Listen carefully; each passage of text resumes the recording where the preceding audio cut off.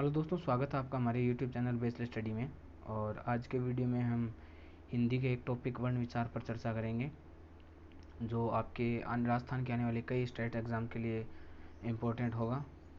तो लास्ट तक बनी रहिए। तो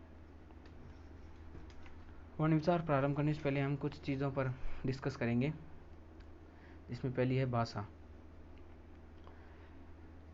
देखिए दोस्तों, भाषा वैसे मुख्यतः संस्कृत की भाष धातु से निकला है, यानी ये संस्कृत का शब्द है मुख्यतः, जिसका अर्थ है सिर्फ प्रकट करना। भाषा करता है प्रकट करना, यानी कोई भी चीज़ प्रकट करना भाषा कहलाता है।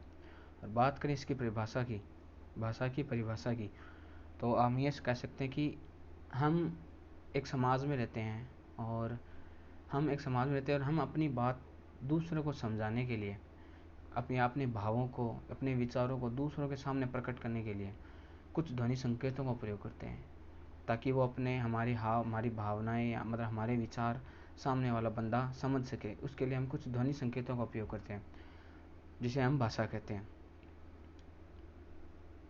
यानी आप अपने विचारों को किसी सामने वाले को समझाने के लिए कुछ ध्वनि के संकेतों का उपयोग करते हैं। यानी जो आप समझाना चाहते हैं उसे समझाने के लिए कुछ बोलते हैं, कुछ ऐसे शब्द बोलते हैं, कुछ ध्वनि बोलते हैं, जिससे अगला आपकी बात का अर्थ समझ जाए कि आप कहना क्या चाहते हैं। वही भाषा कहलाती है। देखिए कि जब मनुष्य अपने मन के भावों को या अपने मन के विचारों को प्रकट करने के लिए जिस माध्यम का उपयोग करता है, वह भाषा कहलाती है। ठीक है, वह भाषा कहलाती है। यानी हम अपने विचारों को सामने वाले को समझाने के लिए जो भी हम ध्वनि बोलते हैं, जो भी हम बोलते हैं, वह भाषा होती है। ठीक है, अब हम बात करते हैं हिंदी भाषा की। हमारे भारत में हिंदी का बड़ा महत्व है। और हिंदी की अगर हम समय अवधि की बात करें, यानी पुराने समय से बात करें, तो हिंदी अपनी 1000 ईस्वी से वर्तमान समय तक इसका समय अवधि माना जाता है। हिंदी से पहले कई भाषाएं आई, जैसे पाली हुई, प्राकृत हुई, जो सबकी मातृभाषा संस्कृत हुई। लेकिन हिंदी का जो समय माना जाता है वह 1000 ईस्वी से वर्तमान समय तक माना जाता है। और यह ध्यान रखिए मित्रों, एक हिंदी का मानक समय भी होता है, मानक समय जो 1100 ईस्वी माना जाता है। यानी 1000 ईस्वी में आप 100 ईस्वी और जोड़ दें, वो इसका मानक समय माना जाता है। कि मतलब तब तक मान लिया जाता है कि अब से हिंदी स्टार्ट हो गई है, मतलब 1100 ईस्वी से हिंदी का उद्गम माना जाता है। और हमारे संविधान में भी हिंदी के बारे में बहुत कुछ उल्लेख है। हिंदी भाषा का संविधान में भाग 17 में अनुच्छेद 343 से 351 के मध्य हिंदी का राजभाषा होने के संबंध में उल्लेख है। ठीक है, और इसी कारण हम 14 सितंबर को हिंदी भाषा दिवस भी मनाते हैं। मित्रों, अब बात करें हमारी हिंदी व्याकरण का जो पहला टॉपिक है, जिसे हम स्टार्ट करने जा रहे हैं, जो हम पढ़ेंगे इस वीडियो में, वो है वर्ण विचार। अब देखिए मित्रों, वर्ण क्या होते हैं।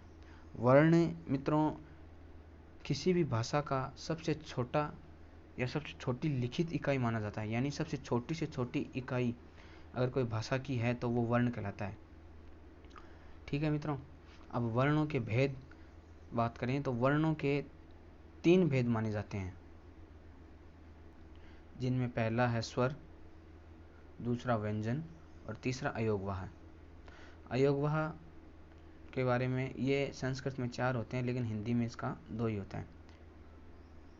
देखिए स्वर वे वर्ण होते हैं जिनका उच्चारण के लिए हमें किन्हीं अन्य स्वरों की आवश्यकता नहीं होती। यानी इसे हम मुक्त अवस्था में बोल सकते हैं, आराम से, बिना किसी अन्य वर्णों के सहयोग से बोल सकते हैं। वो वर्ण होते हैं, वो स्वर कहलाते हैं। बात करें व्यंजन की, तो व्यंजन वे वर्ण होते हैं जिनके उच्चारण के लिए हमें अन्य वर्णों की आवश्यकता होती है। जैसे व्यंजन के उच्चारण के लिए हमें स्वर की आवश्यकता होती है, वो व्यंजन कहलाते हैं। बात करें अयोगवाह की, तो अयोगवाह वे वर्ण होते हैं जिन्हें न तो स्वर में गिना जाता है और न ही व्यंजन में गिना जाता है, किंतु कुल वर्णों की बात करें तब इनको अयोगवाह को 7 में वर्णों, कुल वर्णों में गिना जाता है। और ये हिंदी में मुख्यतः 2 प्रकार के होते हैं, एक तो होता है अंग, एक होता है अह। ये दोनों अयोगवाह के अंदर आते हैं। अब बात करें मित्रों ध्वनि की। कभी कभी ध्वनि से रिलेटेड भी प्रश्न पूछ लिया जाता है कि ध्वनि क्या होती है। देखो दोस्तों, ध्वनि मौखिक रूप से भाषा की सबसे छोटी इकाई मानी जाती है। यानी इस पर ज़रा गौर कीजिएगा, ये थोड़ा कन्फ्यूज़न वाला है कि एक तो होता है वर्ण। वर्ण वो होता है जो भाषा की सबसे छोटी इकाई होता है। यानी भाषा की सामान्यतः अगर प्रश्न आए कि भाषा की सबसे छोटी इकाई है तो वो वर्ण होगा। अगर बात आए कि भाषा की सबसे छोटी लिखित इकाई, तो भी आपका आंसर वर्ण होगा। लेकिन अगर कहीं प्रश्न ऐसा आए कि भाषा की मौखिक रूप से सबसे छोटी इकाई क्या है, तो उसका आंसर ध्वनि होगा। यानी ध्वनि मौखिक रूप से भाषा की सबसे छोटी इकाई मानी जाती है। और वर्ण और ध्वनि में अंतर करने के लिए आप एक उदाहरण समझ सकते हैं। उदाहरण के लिए आप समझ लीजिए, पवन शब्द समझिए। अब पवन है, अब पवन में अगर ध्वनि देखें तो हम इसमें देखते हैं, एक तो इसमें पै की ध्वनि है, एक वै की ध्वनि है और एक नय की ध्वनि है। यानी ध्वनि में एक पै की ध्वनि, एक वै की ध्वनि, एक नय की ध्वनि, यानी कुल 3 ध्वनि इसमें। ध्वनि की संख्या इसमें 3 हुई। वहीं अगर हम वर्ण की बात करें, अगर इसको हम वर्णों में विभाजित करें तो इसमें पै से ए अलग हुआ व्यंजन के रूप में, वै अलग हुआ ए से, नय से अलग हुआ ए। तो इसमें जो वर्णों की संख्या होगी वो 1 2 3 4 5। यानी इसमें वर्णों की जो संख्या होगी वो होगी 5। अंतिम ए को गिना नहीं जाता, तो इसमें वर्णों की संख्या होगी 5। ध्वनि की संख्या हुई इसमें 3 और वर्णों की संख्या हुई इसमें 5। तो ये मुख्यतः एक अंतर है ध्वनि और वर्ण में। यानी वर्ण तो होगा भाषा की सबसे छोटी लिखित इकाई या भाषा की इकाई, यानी भाषा की सबसे छोटी इकाई वर्ण, और ध्वनि होगा भाषा की सबसे छोटी मौखिक इकाई, यानी मौखिक रूप से भाषा की सबसे छोटी इकाई ध्वनि।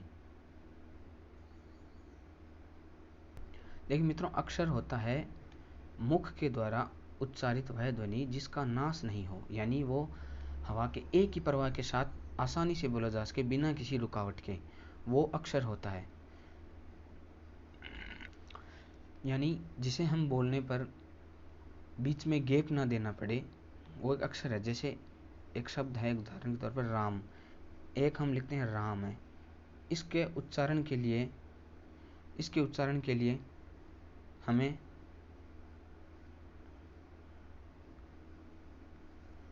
ऐसे बोलना पड़ेगा राम, यानी बीच में एक गैप लगा, राम।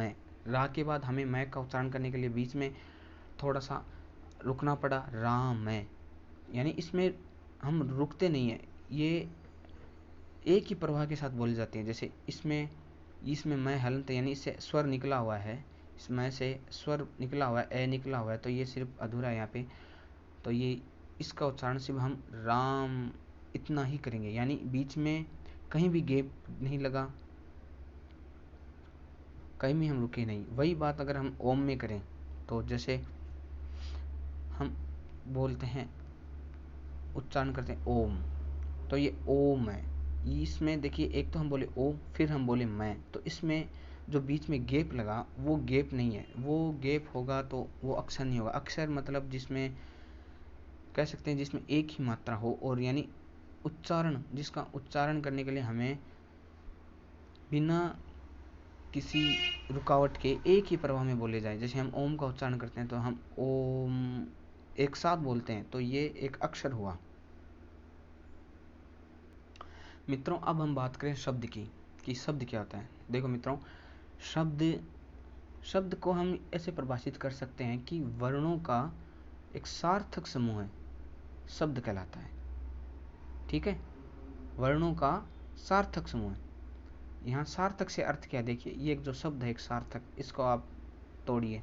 सार्थक में साथ में एक तो सा से अर्थक यानी साथ में, और अर्थक यानी अर्थ, यानी जो अपने साथ एक अर्थ लिए हो। वर्णों का एक समूह है, यानी एक समूह है जो अपने साथ एक अर्थ लिए हो, वह शब्द कहलाता है। जैसे उदाहरण के तौर पर देखिए कि एक शब्द जैसे मैंने एक वर्णों का समूह लिखा, क मैं ल, इन सब को मैंने एक साथ लिखा कमल, तो इसका एक अर्थ निकलता है कमल। कमल हम एक पुष्प को दर्शाते हैं, कमल शब्द से एक पुष्प है, तो ये एक शब्द है जिसका एक अर्थ निकला। जैसे ठीक है। अब इसी प्रकार हम अगर एक और वर्ण लें, जैसे वर्णों का समूह ले, एक तो क, ल, मैं, इसी में बदलाव किया फेरबदल करके, तो इसका निकला अर्थ कलम। कलम, इसका भी एक अर्थ है, यानी एक नाम है, एक वस्तु है जिसका जिसका नाम है कलम, यानी एक अर्थ निकला, तो वो ये भी एक शब्द है। अब ये देखिए, इसको मैं अगर ऐसे लिखूं, मैं कह ले मकल, तो ये कोई शब्द नहीं है, क्योंकि इस नाम की ना तो कोई वस्तु है, ना इसका कोई अर्थ निकलता है, यानी इस शब्द का कोई अर्थ निकलता, इस वर्णों के समूह का कोई अर्थ नहीं निकलता, तो ये शब्द नहीं है। जब शब्द है एक तो कमल, एक कलम, यानी वर्णों का एक सार्थक समूह जो अपने साथ, वर्णों का समूह है जो अपने साथ एक अर्थ लिए हो, अपने साथ एक अर्थ लिए हो, जिसका वास्तविकता में एक अर्थ निकले कि वह शब्द कहलाता है। मित्रों, आप एक बात ध्यान रखना, कभी कभी सवाल ये भी पूछा जाता है कि अर्थ के आधार पर भाषा की सबसे छोटी इकाई। तो मित्रों ध्यान रखना, अर्थ के आधार पर भाषा की सबसे छोटी इकाई, यानी भाषा की वह इकाई जिसका छोटी छोटी वह इकाई जिसका एक कोई ना कोई अर्थ निकले, वह शब्द होता है। यानी भाषा की सबसे छोटी इकाई जिसका कुछ ना कुछ अर्थ निकले, यानी अर्थ के आधार पर अगर कोई छोटी इकाई पूछे भाषा की, तो वो शब्द होगा। तो ये एक इम्पोर्टेंट नोट है कि अर्थ के आधार पर भाषा की सबसे छोटी इकाई जिसका अर्थ निकले, अर्थ के आधार पर अगर भाषा की सबसे छोटी इकाई पूछे तो वो शब्द होगा। ठीक है। अगर सीधा ये पूछे कि भाषा की सबसे छोटी इकाई, तो वो तो वर्ण होगा, या भाषा की सबसे छोटी लिखित इकाई, तो वो वर्ण होगा। अगर ये पूछे कि भाषा की सबसे छोटी मौखिक इकाई, तो वो ध्वनि होगा, यानी भाषा की सबसे छोटी मौखिक इकाई वह ध्वनि होगा। ठीक है। लेकिन ये पूछे कि भाषा की सबसे छोटी इकाई अर्थ के आधार पर, यानी अर्थ के आधार पर भाषा की सबसे छोटी इकाई, तो उसका आंसर शब्द होगा, ना कि वर्ण और ना ध्वनि। अब मित्रों बात करें हम वाक्य की कि वाक्य क्या होता है, तो जरा ध्यान दीजिए कि वाक्य शब्दों का एक सार्थक समूह होता है, यानी वर्णों का एक सार्थक समूह, वो तो शब्द होता है, यानी जिसमें वर्ण हो, जिसमें क एक वर्ण है, मैं एक वर्ण है, ल एक वर्ण है, तो इनको एक समूह में रख दिया तो इसका एक अर्थ निकला, वो शब्द हुआ। ठीक है। अगर अब बात करें शब्दों का सार्थक समूह, यदि यानी हम वर्णों की जगह शब्द लिए, जैसे 2 या 3 अधिक शब्द लिए जिनका एक से अधिक सार्थक समूह में रूप में व्यवस्थित किया समूह में, और उनका एक अर्थ निकला, तो वो वाक्य कहलाएगा। यानी शब्दों का सार्थक समूह एक वाक्य कहलाता है, या 2 या 2 से अधिक शब्द, यानी 2 या 2 से अधिक शब्द मिलकर पूरे अर्थ का बोध कराए, यानी किसी बात का अर्थ कराए, पूरे अर्थ का बोध कराए, तो वह एक वाक्य कहलाता है। जैसे राम आम खाता है। अब यदि जिसे मैं ऐसे लिखूं राम, तो ये एक शब्द है, क्योंकि ये एक अर्थ को दर्शा रहा है, किसी के नाम को दर्शा रहा है, अर्थ है राम। लेकिन ये एक पूरे अर्थ को नहीं दर्शा रहा, मतलब ये पूरे अर्थ यानी किसी भाव के अर्थ, पूरे अर्थ को, जैसे इसे अन्य शब्दों के साथ लिख दिया, जैसे आम, तो यानी राम आम खाता है, यानी ये एक पूरा अर्थ बता रहा है कि राम आम खा रहा है, यानी वो आम खाता है, तो ये एक वाक्य हुआ। यानी 2 या 2 से अधिक शब्द को समूह में लिखकर वो जो पूरे अर्थ का बोध कराए, वो वाक्य कहलाता है।